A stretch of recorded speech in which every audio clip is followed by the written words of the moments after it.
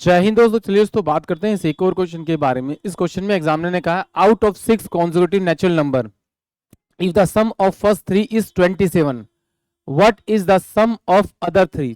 यानी कि एग्जामिनर ने क्या कहा कि out of 6 consecutive natural number की 6 कॉन्जिक्यूटिव नेचुरल नंबर है। If the sum of first 3, पहले 3 का सम जो है वो 27 है। What is the sum of other 3, यानी कि जो अगले 3 नंबर है उनका सम क्या है, वो एग्जामिनर ने पूछा है।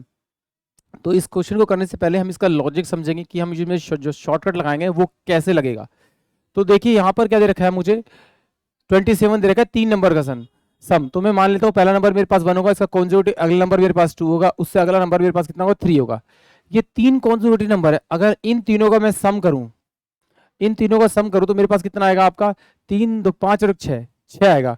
और ये नंबर कितने मेरे पास 1 2 3, अगर मैं इसे 3 से डिवाइड करूंगा तो मेरे पास क्या आएगा आपका ये 2, और ये 2 जो है वो मिडिल नंबर आ रहा है। तो इसी लॉजिक को हम लोग यूज करेंगे इस क्वेश्चन को सॉल्व करने के लिए। अगर ये 22 को मैं अगर 3 से 27 को 3 से डिवाइड करूं तो 9 आएगा मेरे बीच में।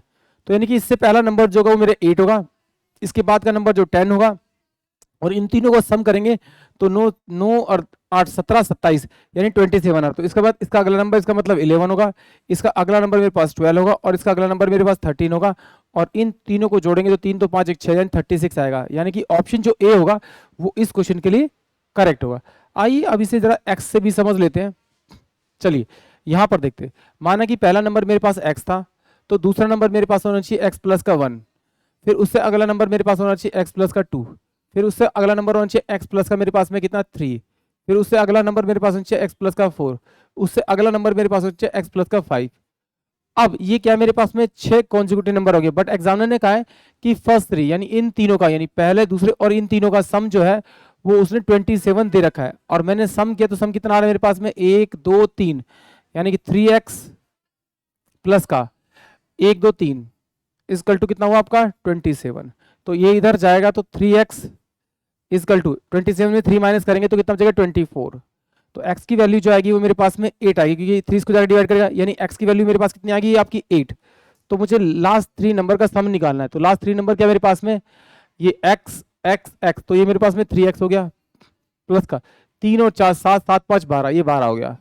तो x की जगह मैं यहाँ पे 8 रखूंगा, यहाँ पे भी क्या रखूंगा 3 इंटू में 8, तो 8 से 24, अब प्लस का मैं 12 करूंगा तो ये मेरे पास 36 आएगा। यानी कि ऑप्शन जो ए होगा वो इस क्वेश्चन के लिए करेक्ट होगा। आई होप आप सभी को क्वेश्चन समझ में आया होगा। जय हिंद, जय भारत।